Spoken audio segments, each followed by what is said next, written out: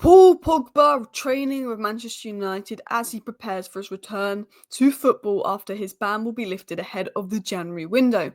Amran's 5 coaches that he's bringing in is confirmed. He will also have a further analyst coming in. Harry Amass exit. Aston Villa eyeing up a move for Harry Amass. Will he stay or go at United? Because United are looking at Alvaro Fernandez and Quenda, who would be playing as fullbacks. What's the latest on the fullback situation at United? We've got a bit of transfer news on Naipan, a few other stories, and some more updates on Xerxes, Sandro Martinez, and more. So, guys, please do hit that like button. Of course, subscribe down below to Alice Talks if you're new. And let's get into the first story on Paul Pogba. So, it was reported yesterday Paul Pogba is likely to train at Manchester United's Carrington training facilities while he waits for a new club. Now, this hasn't come out from the most reliable source of information, so I will say potentially we get an update later today or tomorrow to say that Pogba is not going to train with United, but Paul Pogba is an academy player. Manchester United are very protective of their academy players, as they should be. They allowed Johnny Evans to train with us while he was looking for a new club. Then they offered him a new contract. It's very likely they probably will allow Paul Pogba to come to training and train with us. I have absolutely no issue with that whatsoever. He's an academy player. He's been out of football a while. I think his mindset will be to be doing his best and get back into football. It can't have been easy. I don't obviously know the whole situation with Pogba, but apparently he took what was a prescribed medication and didn't realise it had something in it that was banned. And that's why he's been out of football so long. He's basically barely played for Juventus. He was injured. And then that whole ban came in place. So hopefully Pogba does come and train with United. I think it'd be quite good to have Pogba, him and Maino learning off him. This doesn't mean that we're going to sign Pogba and he's going to play for us under Amarin. I don't think you can offer that intensity, particularly with how long he's been out. I don't see signing Pogba, but I think in training, it's always good to have someone like him in training. Johnny Evans, even though he doesn't play for us much, in training apparently he adds a lot. But a lot of people aren't happy about this. They're saying Paul Pogba hated us. Why should we let us train with him? But he never disliked or hated United. I think he felt that he was the scapegoat for everything going wrong at United, and the club was so unsustainable that if he wanted to win trophies, he'd go elsewhere. You look at Bruno, he's becoming the scapegoat a bit this season. We know Pogba's a talented player. He was phenomenal at Juventus, and at United he had that season when Oli first came in where he was unbelievable, and we know what he's capable of. But I think he, wasn't good enough, in terms of consistency. We know that he's got the quality. But I think he probably wanted to leave United because he felt that the club wasn't going anywhere, and it wasn't. It's sad as it is, it wasn't under the Glazers. But Adam said this: Paul Pogba is a Carrington graduate trying to rebuild his career. You always look after your own. This hate mongering is needless. We don't get to call them one of our own simply when it's convenient to us. Pogba training at the club isn't hurting anyone. His experience and talent will only benefit the players around him. He also never said he hated playing for United, so don't make things up like that. Exactly. I think Pogba being around in training isn't a bad thing, in my opinion. Now, talking about training, who are the 5 coaches coming with Ruben Amorim? Carlos Fernandez, George Vital, Candido, Emmanuel Ferro, and Paulo Barrera. It was also said that analyst Eduardo Rossellini is also set to join pending his visa. Amorim's visa is now sorted. Amorim can take training tomorrow, which is Monday, with his coaches, which is super exciting to see. Amarin was actually spotted in Manchester with all of these coaches. Now, I'm not going to pretend that I know all of these coaches and exactly what they do. One is a sports scientist, one's an analyst. Obviously, Carlos Fernandez is his main assistant. But they came with him from Sporting, and I believe some of them have been with him since Braga, since day one. A lot of these guys have been with him since day one. They're his coaching team. It's one of his things that if he changes jobs, he must be able to bring his whole coaching team with him because they're crucial, apparently, to his success. In terms of players, Amorim is going to have a chance to meet both Lisandro Martinez and Bruno Fernandes that are leaving international duty early, which is good. They get to train with him next week.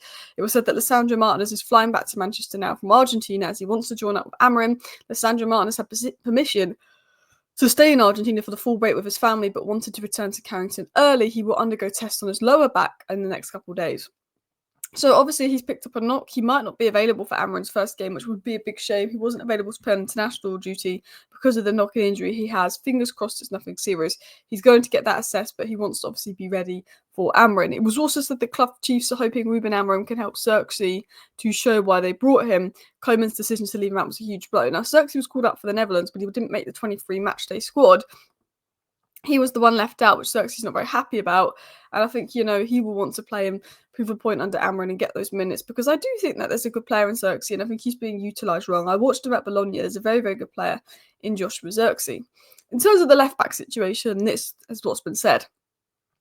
Aston Villa want to sign left-back Harry Amass and have given indication to his camp.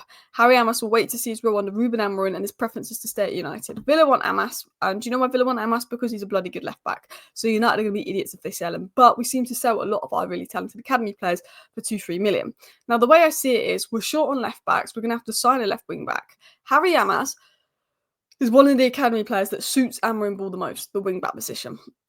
Harry Amass is also someone that is very good. Man United also very short in the left-back department, and Harry Amass is seen as the next big talent at United. I think we'd be fools to sell Harry Amass.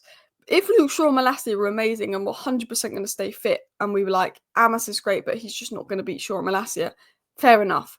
But with Shaw, with Malacia, with the situation going on there, I think we'd be silly to sell Amass. Even if we bring in a left-back, I think we'd be silly. I think he's good to have there as a backup. I think there could be a really good player in Amass. I don't know how good he is, but I think it'd be silly to sell him. And I don't think United will sell him when we've had a left-back shortage. But Villa are interested. It was also said that Manchester United wants a new left-back in January. Ben Chilwell and Alvaro Fernandez are among names being looked at. Ben Chilwell, absolutely not. Would rather not sign a left-back. He's had worse injuries than Luke Shaw in recent years. If you think Luke Shaw's injury prone and you've not met Ben Chilwell, they're basically the same.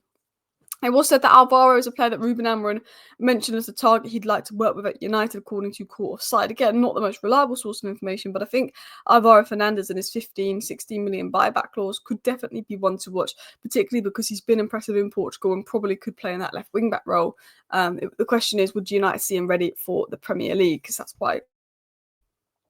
Going into more right wing back and fullback situation, Quenda. Now, Quenda's like a winger that can play fullback. This is one of the most exciting players at Sporting. I think this is someone that United were linked to way before we were linked to Amorim, and he's a 17-year-old absolute talent. It was said that Manchester United are preparing to try and secure the signing of Geovany Quenda now and welcome him in the summer. The release clause is 100 million euros, and initial attempts will not be less than 40 million.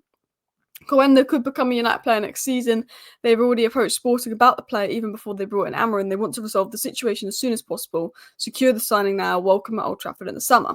Now, one thing I've criticised Man United for in the past is we've seen Man City and Chelsea go and actually secure a signing back in like December, but they won't join until the summer, or secure a signing in March ahead of the summer. So if United want to secure something with Quenda in January and then he stays on loan at Sporting for 6 months and then comes to us in the summer, I'd love that. I think that would be amazing.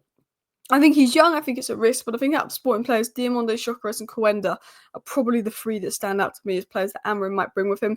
He said he will not take anyone from Sporting in January. I wouldn't be surprised if there's a gentleman's agreement there.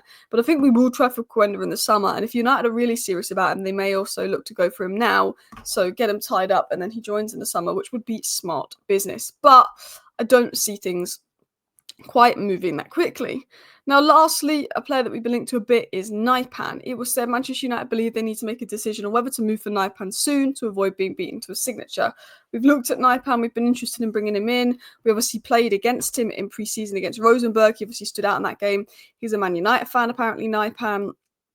He would want to move to us. We were planning to bring him in. But obviously, with Ruben Amorim's system being a little bit different to Ten Hag's system and a couple of changes, I'm not sure if Ineos still want to bring Naipan in January. It was sort of said in the summer that we're going to make a move for him in January. He's going to be given a tour around Old Trafford. We really like him. I think there's going to be discussions with Amorim about this Naipan kid and if we bring him in. We've also been linked to Franco, who plays at River Plate, Chris Rigg, a few other youngsters. I think Ineos will be looking to bring in some youngsters, but I do think in January they might focus on maybe 1 or 2 signings that could go straight into the starting 11 if the right players and funds are there. I do think there will be investment in January, which is something that's not really happened for a while since Ollie actually at United. So listen, people, please do go ahead and hit that like button. Of course, subscribe down below if you're new. Thank you for watching today's update. See you next time. Bye.